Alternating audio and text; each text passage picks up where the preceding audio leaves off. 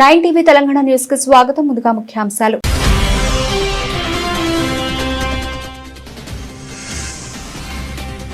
ఏ దేశం నుంచి చమురు కొనాలనేది భారత్ ఇష్టమన్న రష్యా. తమ సరఫరాను అమెరికా భర్తీ చేయడం అసాధ్యమని స్పష్టీకరణ.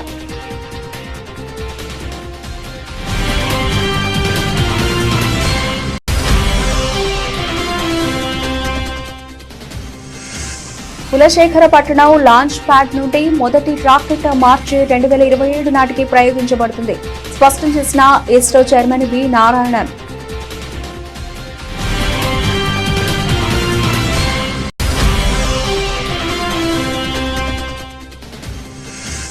రేవంత్ రెడ్డి ప్రభుత్వం బుజ్జిగింపు రాజకీయాలు చేస్తోందంటూ నితిన్ నబీన్ విమర్శలు. ముస్లిం ఓటు బ్యాంకు కోసం కాంగ్రెస్ ఆరాటపడుతోందని ఆరోపణ.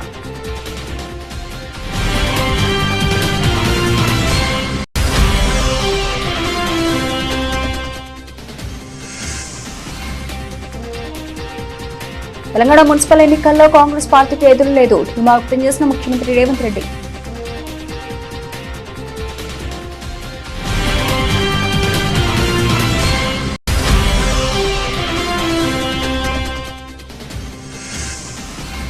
మైక్రో ఎంటర్ప్రీనియర్లుగా వెనుకబడిన వర్గాలు కార్యాచరణ సిద్ధం చేయాలని సీఎం చంద్రబాబు.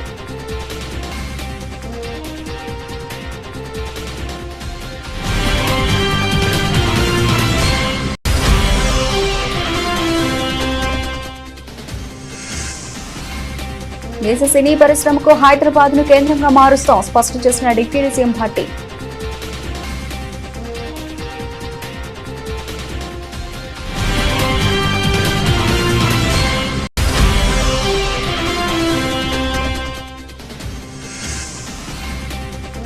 మాజీ మంత్రి అంబటి రాంబాబు కుటుంబాన్ని పరామర్శించిన జగన్. రాష్ట్రంలో జంగిల్ రాజ్ నడుస్తోందని ప్రభుత్వంపై తీవ్ర ఆగ్రహం.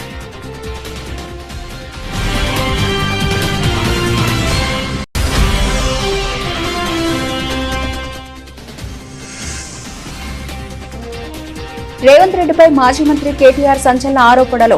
కేఎల్ఎస్ఆర్ ఇన్ఫ్రా సీఎం బినామీ కంపెనీ అని వెల్లడి.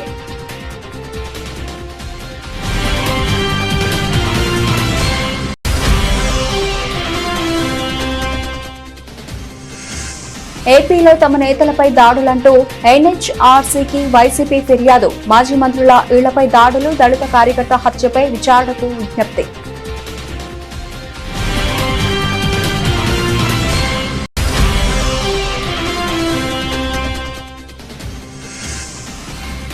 శ్రీ సత్యసాయి జిల్లా ఉపాధి హామీ పనులను పరిశీలించిన YS Sharmila.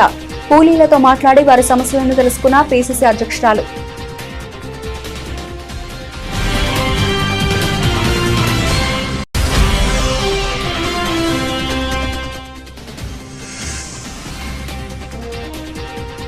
Under-19 world cup ఫైనల్కు దూసుకెళ్లిన టీమిండియా. ఇంగ్లాండ్తో అమీతుమీ సై.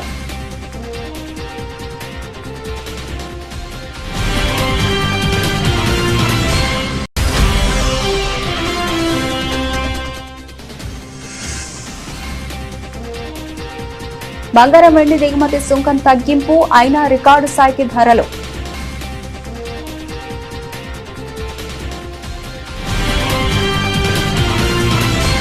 భారత్ రష్యా నుంచి చమురు కొనుగోలు నిలిపివేసి అమెరికా నుంచి కొనుగోలు చేసేందుకు ప్రధాని మోదీ అంగీకరించారన్న డొనాల్డ్ ట్రంప్ ప్రకటన అంతర్జాతీయంగా పెను సంచలనం సృష్టించింది.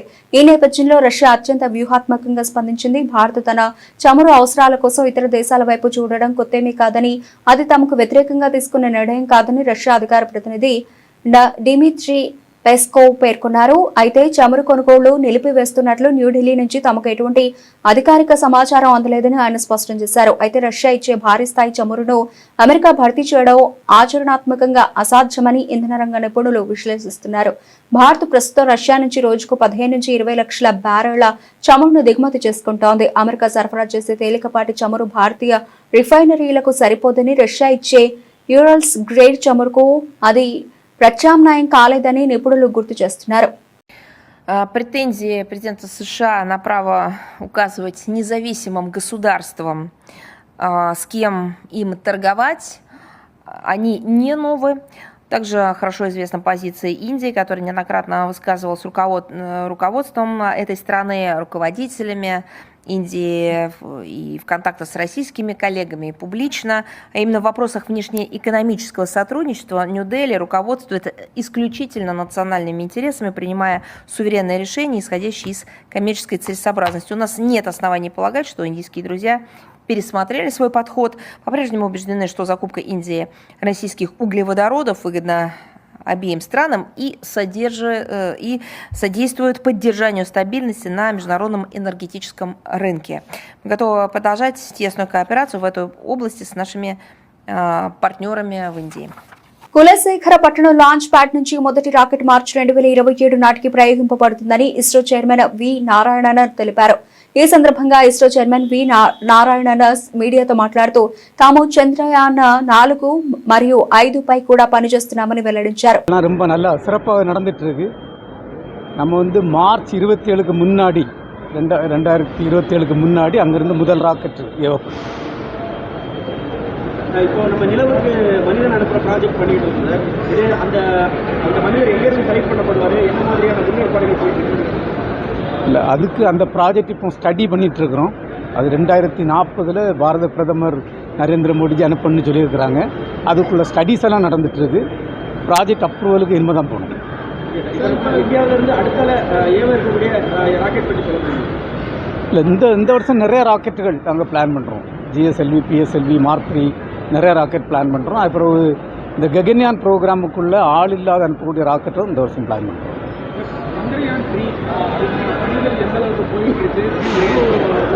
இந்த சந்திரயான் 3 உங்களுக்கு எல்லாம் தெரியும். அது ஆகஸ்ட் 23, 2023 சக்ஸஸாக சாஃப்ட் லேண்ட் பண்ணோம். இப்போ சந்திரயான் 4ம் சந்திரயான் 5க்கும் ஒர்க் பண்ணிகிட்ருக்கோம். அதுக்குள்ள பணிகள் நல்லா நடந்துட்டுருக்கு. சந்திரயான் 4 நிலாவில் இறங்கி அங்கேருந்து சாம்பிள் எடுத்து திருப்பி கொண்டு வந்து ஆராய்ச்சி செய்யக்கூடிய ஒரு திட்டமாகும். அதுக்குள்ள பணிகள் ரொம்ப சிறப்பாக நடந்துட்டுருக்கு. அதே மாதிரி சந்திரயான் 5 ஆர் லூபக்ஸ் மிஷன் சொல்லுவோம். அது ஜப்பானும் இந்தியாவும் சேர்ந்துள்ள ஒரு கொலாபரேட்டிவ் ப்ராஜெக்ட். அதுக்குள்ள பணிகளும் ரொம்ப நல்லா நடந்துட்டுருக்கு. இப்போ சந்திரயான் 3 பார்த்திங்கன்னா 1700 கிலோகிராம் இடை உள்ள ஒரு லேண்டர் போய் லேண்ட் ஆச்சு. இங்கே 6500 கிலோகிராம் இடை உள்ள லேண்டர் போய் லேண்ட் ஆகும். அது மாதிரி சந்திரயான் 3 உள்ள ரோவர் இருக்கு இல்லையா, அது ஒரு 25 கிலோகிராம் தான் இடை. இது 350 கிலோகிராம் இடை உள்ள ரோவர் ஆகும். அதுக்குள்ள பணிகள்லாம் மிகவும் சிறப்பாக நடந்தது. 2028 எல்லாம் அனுப்பப்படும். நன்றி. రాష్ట్రంలో సనాతన ధర్మం మీద జరిగే దాడులను ఎట్టి పరిస్థితుల్లో సహించబోమని బీజేపీ జాతీయ అధ్యక్షుడు నితిన్ నబీన్ హెచ్చరించారు. మహబూబా నగర్ లోని ఎంవీఎస్ డిగ్రీ కళాశాల మైదానంలో జరిగిన విజయ సంకల్ప సమ్మేళనంలో ఆయన మాట్లాడుతూ ముస్లిం ఓటు బ్యాంకు కోసం కాంగ్రెస్ ఆరాటపడుతోందని మండిపడ్డారు. రాష్ట్రంలో హిందూ దేవాలయాలపై దాడులు జరుగుతున్నా నోరు మెదపడం లేదని, ఆలయాల భూములు ఆక్రమిస్తున్నారని ఆరోపించారు. నిజాం నిరంకుశ పాలనకు వ్యతిరేకంగా ఎందరో పోరాడారని అన్నారు.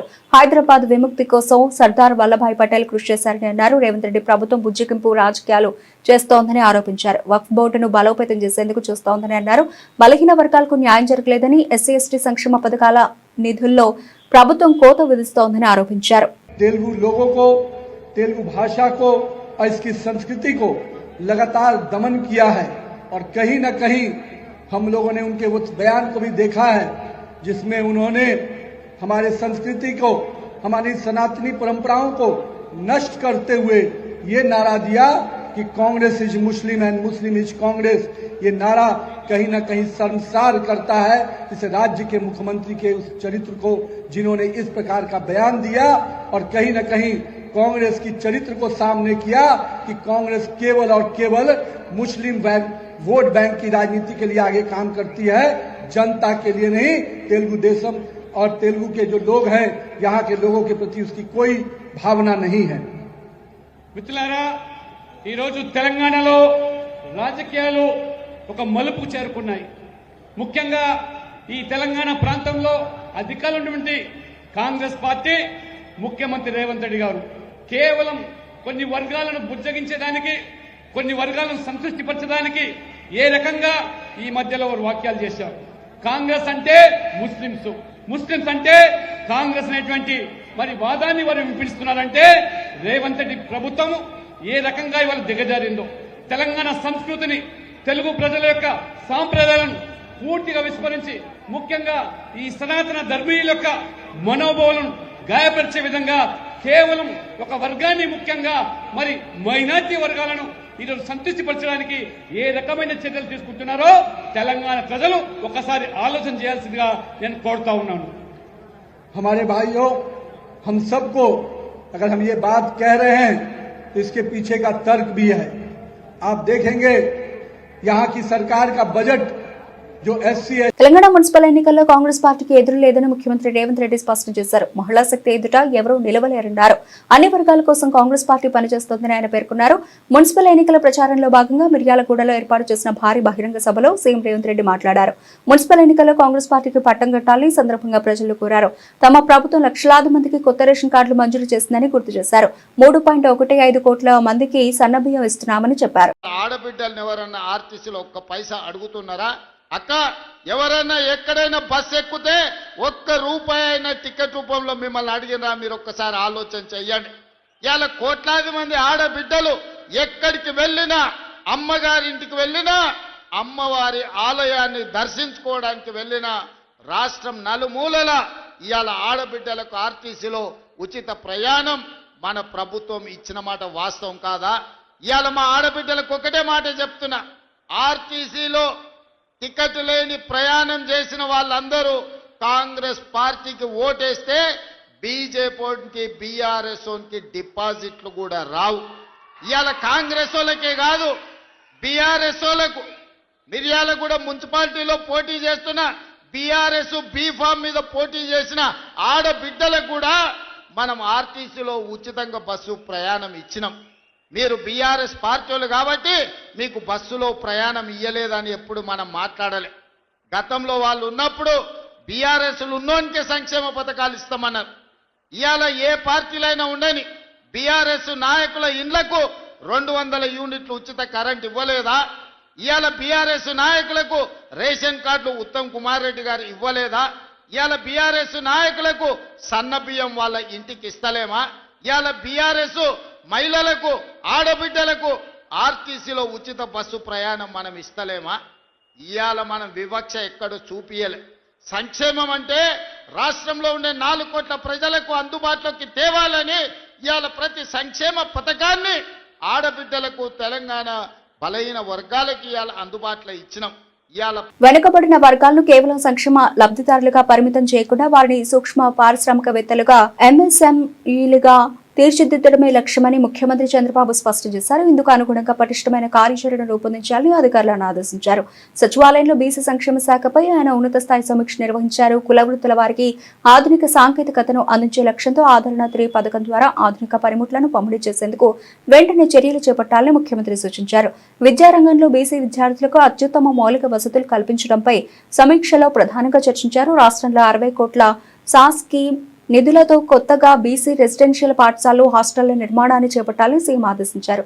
ఇప్పటికే ఉన్న 814 బీసీ సంక్షేమ హాస్టళ్లలో విద్యార్థులకు సురక్షితమైన తాగునీరు అందించేందుకు 17 కోట్ల రూపాయల వ్యయంతో మార్చిలోగా RO ప్లాంట్లను ఏర్పాటు చేస్తామని అధికారులు ముఖ్యమంత్రికి వివరించారు. హాస్టళ్లలో పారిశుధ్యం, విద్యార్థులకు అందించే ఆహారం నాణ్యత విషయంలో ఏమాత్రం రాజీ పడొద్దని, అత్యుత్తమ ప్రమాణాలు పాటించాలని చంద్రబాబు స్పష్టం చేశారు. దేశవ్యాప్తంగా ఉన్న సినీ పరిశ్రమకు హైదరాబాద్ ను ప్రధాన కేంద్రంగా తీర్చిదిద్దడమే తమ ప్రభుత్వ లక్ష్యమని డిప్యూటీ సీఎం భట్టి విక్రమార్క అమల్లో స్పష్టం చేశారు. సీఎం రేవంత్ రెడ్డి నాయకత్వంలోని ప్రజాప్రభుత్వం తెలుగు సినీ పరిశ్రమకు అత్యంత ప్రాధాన్యత ఇస్తుందని ఆయన తెలిపారు. ముంబై, చెన్నై, కోల్కతా వంటి నగరాల్లో సినీ పరిశ్రమ విస్తరణకు అవకాశాలు పరిమితంగా ఉన్నాయని, కానీ అన్ని భాషల పరిశ్రమలు హైదరాబాద్ లో అభివృద్ధి చెందడానికి అనేక సానుకూల అంశాలు ఉన్నాయని భట్టి విశ్లేషించారు. సకల భాషల చిత్ర పరిశ్రమలు హైదరాబాద్ కు తరలివస్తే రాష్ట్ర యువతకు, టెక్నీషియన్లకు, రచయితలకు, దర్శకులకు భారీగా ఉపాధి అవకాశాలు లభిస్తాయని ఆశాభావం వ్యక్తం చేశారు. ప్రపంచ సినీ మార్కెట్ కు హైదరాబాద్ కేంద్రంగా మారనుందని, ఇందుకు సంబంధించిన బ్లూ ప్రింట్ ను ప్రభుత్వం సిద్ధం చేస్తోందని వెల్లడించారు. గుంటూరులో మాజీ మంత్రి అంబటి రాంబాబు కుటుంబాన్ని వైసీపీ అధినేత, మాజీ ముఖ్యమంత్రి జగన్ పరామర్శించారు. ఈ సందర్భంగా ఆయన కూటమి ప్రభుత్వంపై తీవ్ర స్థాయిలో విరుచుకుపడ్డారు. రాష్ట్రంలో ప్రజాస్వామ్యం ఖూనీ అయిపోయిందని, జంగిల్ రాజ్ నడుస్తోందని జగన్ తీవ్రంగా విమర్శించారు. దాడులు చేసిన వారిని వదిలేసి బాధితులపైన కేసులు పెడుతున్నారని ఆగ్రహం వ్యక్తం చేశారు. గుంటూరు పర్యటనలో భాగంగా ఇటీవల దాడికి గురైన అంబటి నివాసానికి వెళ్లిన జగన్ ధ్వంసమైన ఇంటిని, వాహనాలను పరిశీలించారు. గుడి నుంచి వస్తున్న అంబటిపై టీడీపీ కార్యకర్తలు కర్రలు, రాళ్లతో దాడి చేశారని, పోలీసుల సమక్షంలోనే కార్లను పగలగొట్టారని ఆరోపించారు. బాధితుడైన అంబటిని అరెస్టు చేసి దాడి చేసిన వారికి స్టేషన్ బెయిల్ ఇవ్వడం దారుణమని అన్నారు. తప్పుడు కేసులో ఇల్లీగల్గా ఆయన్ని అరెస్ట్ చేయడమే కాకుండా స్టేషన్లో ఈ నల్లపాడు సిఐ వంశీ అట, పట్టాభిపురం సిఐ ఇంకొకడు వెంకటేశ్వర్లు అంట, వీళ్ళు అంబటి రాంబాబు అన్నను ఫిజికల్గా కొట్టడం జరిగింది.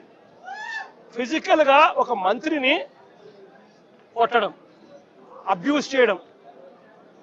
నిజంగా ఏం ప్రజాస్వామ్యంలో ఉన్నామా లేదా అని ఆలోచన చేయమని అడుగుతా ఉన్నా నేను. ఎల్లకాలం ఈ ప్రభుత్వం ఉండదు. దాదాపుగా 200 మంది సిఐలు, ఎస్ఐలు, డిఎస్పీలు ఇటువంటి వాళ్ళు విఆర్లో ఉన్నారు. మీ ప్రభుత్వంలో మీరు వీళ్ళందరినీ కూడా పక్కన పెట్టిన పరిస్థితిలో వాళ్ళంతా ఉన్నారు.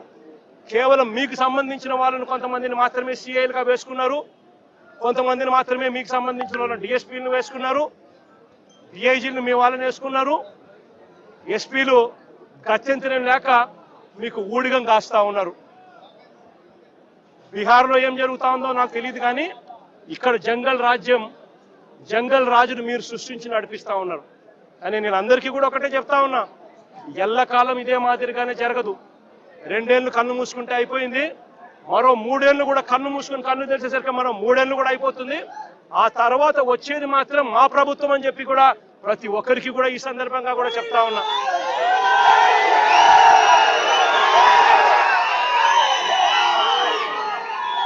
చంద్రబాబు నాయుడు గారికి చెప్తా ఉన్నాను, ఆయన కొడుకు చెప్తా ఉన్నాను, ఆయనకు కొమ్ము కాస్తా ఉన్నా ఆయన ఇతర పార్టీ నాయకులకు చెప్తా ఉన్నాను, ఆయనకు కొమ్ము కాస్తా ఉన్నా ఇలాంటి పోలీసు అధికారులకు కూడా చెప్తా ఉన్నాను. ఎల్లకాలం ఇలా అన్యాయం చేస్తా ఉంటే మాత్రం ఎప్పుడు కూడా దేవుడు చూస్తూ ఊరుకోవడానికి మాత్రం గుర్తుపెట్టుకోండి. ఖచ్చితంగా మీకు మొట్టికాయలు పడతాయి. రేపు పొద్దున మా ప్రభుత్వం వచ్చిన తర్వాత వీటి అన్నిటి మీద కూడా ఎంక్వైరీలు వేస్తాము, వడ్డీతో సహా చెల్లిస్తారు అని కూడా ఈ సందర్భంగా అందరికీ కూడా చెప్తా ఉన్నాం. వైఎస్ఆర్సీపీకి సంబంధించిన ప్రతి కార్యకర్త చంద్రబాబు నాయుడు గారు ఈ మాదిరిగా చేస్తే భయపడతారు అని చంద్రబాబు నాయుడు అనుకుంటే చంద్రబాబు నాయుడు గారు మూర్ఖుడు అని చెప్తా ఉన్నాను. బంతి ఎంత బలంగా నేలకేసి కొడితే బంతి అంత బలంగా 4 ఇంతల వేగంతో పైకి లేస్తుంది అన్నట్టుగా వైఎస్ఆర్ కాంగ్రెస్ పార్టీ కార్యకర్తలు 4 ఇంతల వేగంతో ఇంకా రెచ్చిపోయి చంద్రబాబు నాయుడు గారి ప్రభుత్వాన్ని కూపటి వేలతో సహా కార్యక్రమం కూడా జరుగుతుందని కూడా ఈ సందర్భంగా గట్టిగా చెప్తా ఉన్నాం.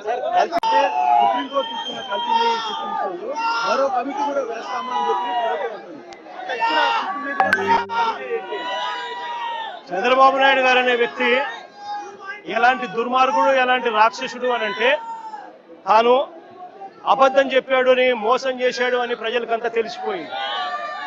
సిబిఐ స్వయంగా ఛార్జ్ షీట్ లో వాళ్ళు సిబిఐ వేసిన ఛార్జ్ షీటే అది చెప్తుంది. ఎటువంటి ఛార్జ్ షీట్ లో వీళ్ళు ఎవరి పేర్లు పెట్టకపోవడము, ఎవరిని అరెస్ట్ చేయకపోవడము, అదే మాదిరిగానే ఎన్డీడీబీ రిపోర్ట్లు, ఎన్డీఆర్ఐ రిపోర్ట్లు కూడా చంద్రబాబు నాయుడు గారు అనే వ్యక్తి చెప్పింది తప్పుడు ప్రచారము, తప్పులు అని చెప్పి కూడా ఏకంగా రిపోర్ట్లు కూడా వాళ్ళు ఇచ్చి ఆ రిపోర్ట్లు కూడా ఏకంగా సిబిఐ ఛార్జ్ షీట్ లో కూడా పెట్టిన నేపథ్యంలో చంద్రబాబు నాయుడు గారు చేసిన తప్పులు రాష్ట్ర ప్రజలందరికీ కూడా తెలిసిపోయిన నేపథ్యంలో చంద్రబాబు నాయుడు గారు గోబెల్స్ ప్రచారంలో భాగంగా అబద్ధాలకు పదును పెడుతూ ఏకంగా ఇప్పుడు ఆయన ఇంకొక కమిటీ వేస్తారట.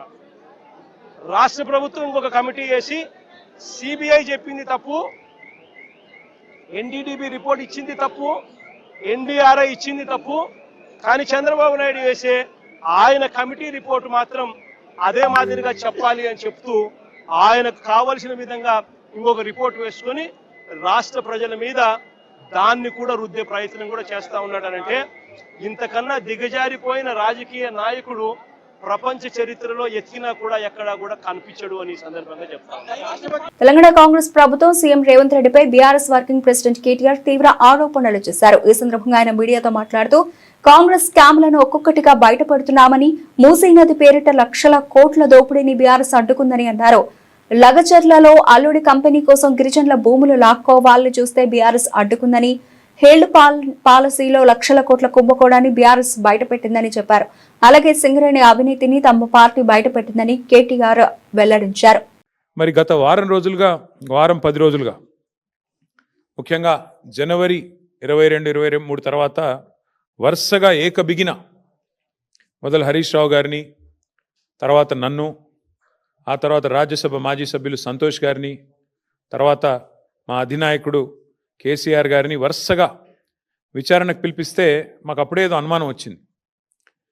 ఇదేదో డైవర్షన్ గేమ్ బాగానే సీరియస్గానే ఆడుతున్నారు, ఎందుకు ఆడుతున్నారు, ఇంత హడావుడిగా ఎందుకు చేస్తున్నారు అని చెప్పి మాకు డౌట్ వచ్చింది. ఆ డౌట్ వచ్చిన తర్వాత మేము కూడా తవ్వడం మొదలుపెట్టాం. ఏది కవర్ చేయడానికి, ఎందుకోసం ఈ కవర్ డ్రైవ్లు, ఎక్స్ట్రా కవర్ డ్రైవ్లు అని జాగ్రత్తగా ఆలోచిస్తే దొరికింది మాకు ఒక పెద్ద ఫ్రాడు, ఒక పెద్ద ముఖ్యమంత్రి గారి బినామీ భాగోతం ఒకటి బయటపడ్డది. ఇది జనవరి 23 నాడు కేంద్ర ప్రభుత్వం అట్లాగే రాష్ట్ర ప్రభుత్వానికి సుప్రీంకోర్టు నోటీసులు ఇచ్చింది. కేఎల్ఎస్ఆర్ అనే ఒక కంపెనీ, ఇన్ఫ్రాస్ట్రక్చర్ కంపెనీ, ఈ కంపెనీ ముఖ్యమంత్రి గారి బినామీ కంపెనీ. కేఎల్ఎస్ఆర్ ఇన్ఫ్రా అనే కంపెనీ ముఖ్యమంత్రి గారి బినామీ కంపెనీ. నేనేదో ఊరికే అనట్లేదు, అది దానికి ఆధారాలతో సహా ఇప్పుడే మీకు చూపెడతాను. ఇప్పుడు నేను ఈ మాట చెప్పంగానే కొన్ని ఛానళ్ళు లైవ్ కట్ చేస్తాయి, అది కూడా నాకు తెలుసు, పర్వాలేదు. అయినప్పటికీ ఈ కేఎల్ఎస్ఆర్ ఇన్ఫ్రా అనే కంపెనీ ఏదైతే ఉందో దాని భాగోతం బయటపడి సుప్రీంకోర్టు నోటీసులు ఇచ్చింది కేంద్ర ప్రభుత్వానికి, రాష్ట్ర ప్రభుత్వానికి. వెంటనే మరి ఈ దివాలా తీసిన కంపెనీ ఏదైతే ఉందో 6,000 కోట్ల రూపాయల వర్కులు వీరికి దివాలా తీసిన సమయంలోనే, స్పష్టంగా నేను చదువుతాను, మీరు వినండి. ఏం రాశారంటే, centre and Telangana get supreme court notice for KLSR Infratex insolvency fraud. The company allegedly secured government tenders worth approximately rupees 6,000 crore during the insolvency period without the authorization of interim resolution professional.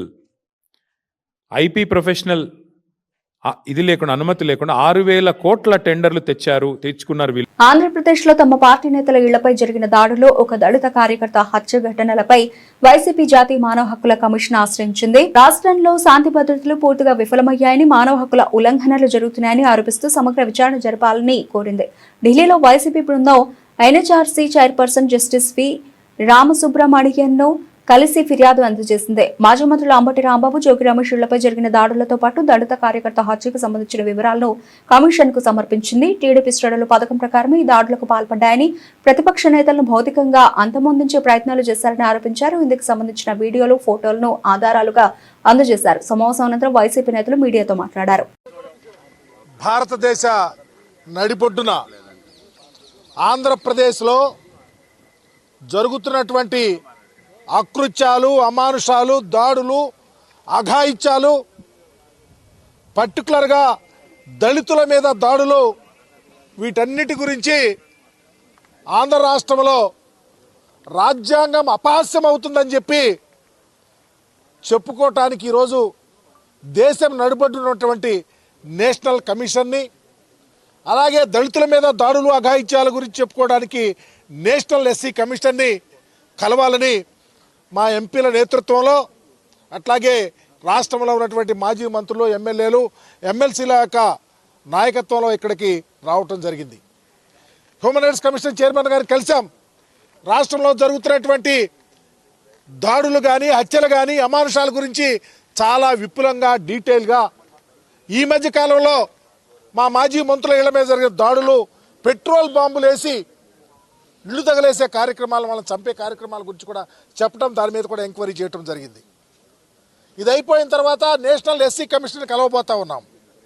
పర్టికులర్గా నేషనల్ ఎస్సీ కమిషన్ చైర్మన్ గారిని విన్నవించుకోవటం ఏంటంటే, ఆంధ్రప్రదేశ్లో అంబేద్కర్ గారు ఏది కోరుకున్నారో ఆ రాజ్యాంగం అపహాస్యం అవుతూ ఉంది. దళితుల మీద దాడులు పెరిగిపోయినాయి. శ్రీకాకుళం జిల్లా దగ్గర నుంచి చిత్తూరు జిల్లా దాకా ప్రతి జిల్లాలోనూ దాడులు, వెలివేతలు, అమానుషాలు జరుగుతూ ఉన్నాయి. కాంగ్రెస్ ప్రభుత్వంలో 10 ఏళ్ల పాటు మహాత్మా గాంధీ జాతీయ గ్రామీణ ఉపాధి హామీ పథకం అద్భుతంగా అమలైందని పీసీసీ అధ్యక్షురాలు వైఎస్ షర్మిలారెడ్డి అన్నారు. కేంద్రంలో నరేంద్ర మోదీ ప్రభుత్వం ఏర్పడ్డాక ఈ పథకాన్ని భ్రష్టు పట్టించారని మండిపడ్డారు. శ్రీ సత్యసాయి జిల్లా బత్తలపల్లి మండలం రాఘవంపల్లి గ్రామ సమీపంలో జరుగుతున్న ఉపాధి హామీ పనులను ఆమె పరిశీలించారు. అనంతరం ఆమె కూలీలతో మాట్లాడి వారి సమస్యలను తెలుసుకున్నారు. కరువు పని మొదలు పెట్టింది రాజశేఖర రెడ్డి గారు, మన్మోహన్ సింగ్ గారు ప్రధానమంత్రి ఉండగా మొదలుపెట్టిన పథకం కరువు పని ఉపాధి హామీ పథకం. ఇన్ని సంవత్సరాలు ఉపాధి హామీ పథకం నడుస్తానే ఉంది. కానీ కాంగ్రెస్ అధికారంలో ఉంది. మొదటి 10 ఏళ్లు బ్రహ్మాండంగా నడిచింది ఉపాధి హామీ పథకం. రాజశేఖర రెడ్డి గారు ముఖ్యమంత్రిగా ఉండగా ఉపాధి హామీ పథకానికి అయ్యా మాకు మధ్యవర్తుల ద్వారా డబ్బులు ఇప్పించకండి, మాకు నేరుగా డబ్బులేస్తే కట్టింగ్లు కమిషన్లు పోవు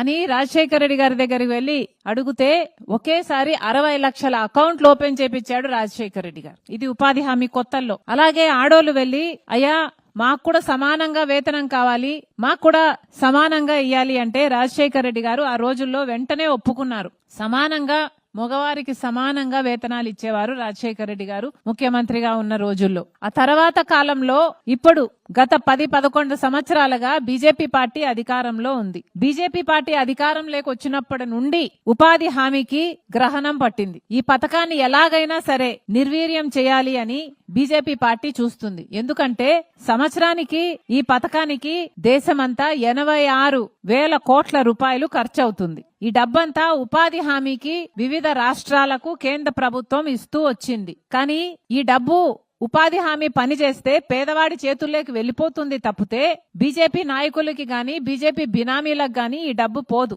అందుకనే ఇది తగ్గించాలని చూస్తుంది బీజేపీ పార్టీ. అందుకే అదే పనిగా కుట్ర పన్ని మరి ఉపాధి హామీ పనిని నిర్వీర్యం చేయడానికే బీజేపీ పార్టీ పూనుకుంది. కాబట్టే ఇప్పుడు కేంద్ర ప్రభుత్వం మొత్తం డబ్బులు ఇవ్వదట.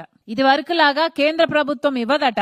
ఇప్పటి నుంచి 60% కేంద్రం ఇస్తదంట, 40% రాష్ట్ర ప్రభుత్వమే పెట్టుకోవాలట. దీనికి ఒక కొత్త చట్టం తెచ్చారు. మహాత్మా గాంధీ జాతీయ గ్రామీణ ఉపాధి హామీ పథకాన్ని పేరు మార్చి విబి గ్రామ్ అని కొత్త చట్టాన్ని తీసుకొచ్చి దీంట్లో ఉపాధి హామీ పనికి అండర్-19 ప్రపంచ కప్ లో భారత యువ జట్టు అదరగొట్టింది. రికార్డు స్థాయి చేజింగ్ తో ఫైనల్లోకి దూసుకెళ్లింది. హరారే స్పోర్ట్స్ క్లబ్ వేదికగా జరిగిన రెండో సెమీఫైనల్లో ఆఫ్ఘనిస్తాన్ పై 7 వికెట్ల తేడాతో ఘన విజయం సాధించింది. ఓపెనర్ ఆరోన్ జార్జ్ అద్భుతమైన సెంచరీతో చెలరేగగా విధ్వంసకర హాఫ్ సెంచరీలతో వైభవ్ సూర్యవంశీ, కెప్టెన్ ఆయుష్ మాత్రే జట్టు విజయంలో కీలక పాత్ర పోషించారు. ఫిబ్రవరి 6న ఇదే వేదికపై జరగనున్న ఫైనల్లో భారత్ ఇంగ్లాండ్తో తలపడనుంది. ఆఫ్ఘనిస్తాన్ నిర్దేశించిన 311 పరుగుల భారీ లక్ష్యాన్ని భారత్ కేవలం 41.1 ఓవర్లలో 3 వికెట్లు మాత్రమే కోల్పోయి ఛేదించింది. ఈ టోర్నీలో ఇప్పటి వరకు పెద్దగా రాణించని ఆరోన్ జార్జ్ కీలకమైన సెమీస్ లో బాధ్యతాయుతమైన ఇన్నింగ్స్ ఆడాడు. 104 బంతుల్లో 15 ఫోర్లు, 2 సిక్సర్లతో 115 పరుగులు చేసి జట్టు విజయాన్ని ఖాయం చేశాడు. మరో ఓపెనర్ వైభవ్ సూర్యవంశీ మెరుపు ఇన్నింగ్స్ తో శుభారంభం అందించాడు. అనంతరం కెప్టెన్ ఆయుష్ మాత్రే కూడా వేగంగా ఆడి స్కోర్ బోర్డ్ ను పరుగులు పెట్టించాడు. అంతకుముందు టాస్ గెలిచి బ్యాటింగ్ ఎంచుకున్న ఆఫ్ఘనిస్తాన్ 50 ఓవర్లలో 4 వికెట్ల నష్టానికి 310 పరుగుల భారీ స్కోరు సాధించింది. భారత బౌలర్లలో దీపేష్ దేవేంద్రన్, కనిష్క్ చౌహాన్ చెరో 2 వికెట్లు తీసినప్పటికీ మిగతా బౌలర్లు భారీగా పరుగులు సమర్పించుకున్నారు. ఈ విజయంతో భారత్ మొత్తం మీద 10వ అండర్-19 ప్రపంచ కప్ ఫైనల్ కు అర్హత సాధించగా వరుసగా 6వసారి తుది పోరుకు చేరడం విశేషం. దేశీయ మార్కెట్లో పసిడి వెండి ధరలు సామాన్యుడికి అందనంత ఎత్తుకు ఎగబాకుతున్నాయి. అంతర్జాతీయ భౌగోళిక రాజకీయ ఉద్రిక్తతల ప్రభావంతో పసిడి ధరలు బుధవారం దేశ రాజధానిలో భారీగా పెరిగాయి. కేవలం ఒక్కరోజే 10 గ్రాముల బంగారంపై 7,400 రూపాయలు పెరగడం ఇన్వెస్టర్లను సైతం విస్మయానికి గురి చేస్తోంది. దీంతో 10 గ్రాముల బంగారం ధర రికార్డు స్థాయిలో 165,100 రూపాయలకు చేరుకుంది. ఇక వెండి కూడా అదే బాటలో పయనిస్తూ కిలోకి ఏకంగా 14,300 రూపాయలు పెరిగి 2,98,300 రూపాయల వద్ద ట్రేడ్ అవుతోంది. అమెరికా, ఇరాన్ మధ్య నెలకొన్న యుద్ధ వాతావరణం కారణంగా అంతర్జాతీయ మార్కెట్లో సురక్షిత పెట్టుబడిగా భావించే బంగారంపై ఇన్వెస్టర్లు మక్కువ చూపుతున్నారు. ఫలితంగా గ్లోబల్ మార్కెట్లో ఔన్స్ బంగారం ధర మళ్లీ $5,000 మార్కును దాటేసింది. మరోవైపు దేశీయంగా దిగుమతిదారులకు ఊరటనిస్తూ కేంద్ర ప్రభుత్వం ఒక కీలక నిర్ణయం తీసుకుంది. బంగారం, వెండి దిగుమతులకు ప్రామాణికంగా తీసుకునే నోషనల్ వాల్యూను తగ్గించింది. 10 గ్రాముల బంగారంపై ఈ విలువను $1,568 నుంచి $1,518, అలాగే కిలో వెండిపై $3,457 నుంచి $2,657 కుదిస్తూ ఉత్తర్వులు జారీ చేసింది. ఈ తగ్గింపు కేవలం బంగారం కడ్డీలు, నాణాలు, బిస్కెట్లకు మాత్రమే వర్తిస్తుందని, ఆభరణాల దిగుమతులకు కాదని స్పష్టం చేసింది. బులెటిన్ ముగించే ముందు హెడ్లైన్స్ మరోసారి.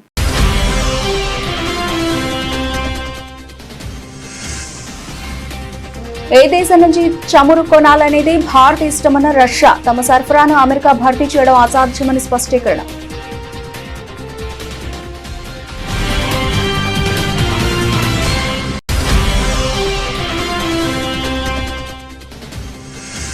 కులశేఖరపట్నం లాంచ్ ప్యాడ్ నుండి మొదటి రాకెట్ మార్చి 2027 నాటికి ప్రయోగించబడుతుంది. స్పష్టం చేసిన ఇస్రో చైర్మన్ వి నారాయణన్.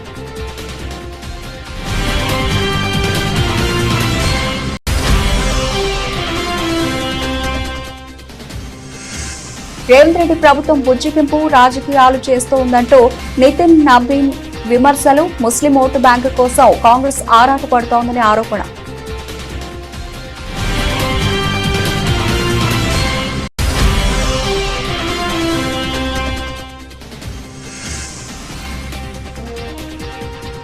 తెలంగాణ మున్సిపల్ ఎన్నికల్లో కాంగ్రెస్ పార్టీకి ఎదురు లేదు. ధీమా వ్యక్తం చేసిన ముఖ్యమంత్రి రేవంత్ రెడ్డి.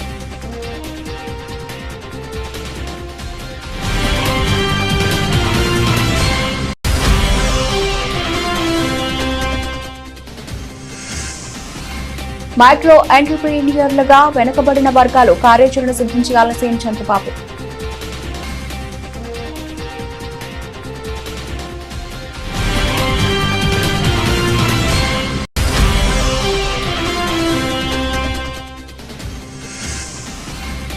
దేశ సినీ పరిశ్రమకు హైదరాబాద్ ను కేంద్రంగా మారుస్తాం స్పష్టం చేసిన డిప్యూటీ సీఎం భట్టి.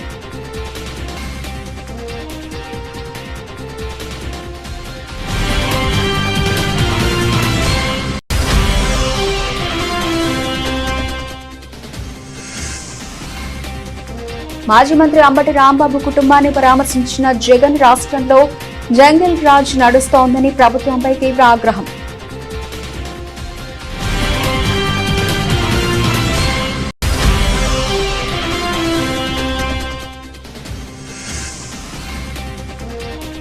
రేవంత్ రెడ్డిపై మాజీ మంత్రి కేటీఆర్ సంచలన ఆరోపణలు.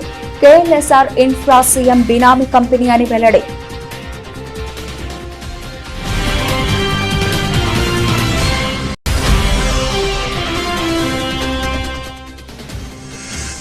ఏపీలో తమ నేతలపై దాడులంటూ ఎన్హెచ్ఆర్సీకి వైసీపీ ఫిర్యాదు. మాజీ మంత్రుల ఇళ్లపై దాడులు, దళిత కార్యకర్త హత్యపై విచారణకు విజ్ఞప్తి.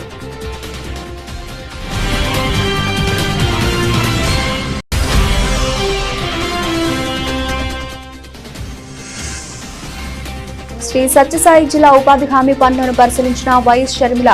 కూలీలతో మాట్లాడి వారి సమస్యలను తెలుసుకున్న పీసీసీ అధ్యక్షురాలు.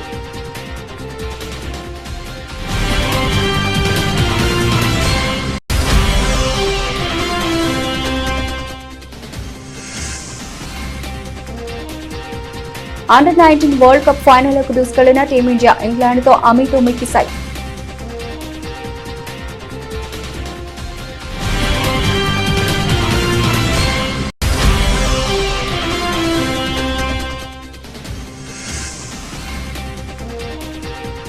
బంగారం వెండి దిగుమతి సుంకం తగ్గింపు అయినా రికార్డు స్థాయికి ధరలు.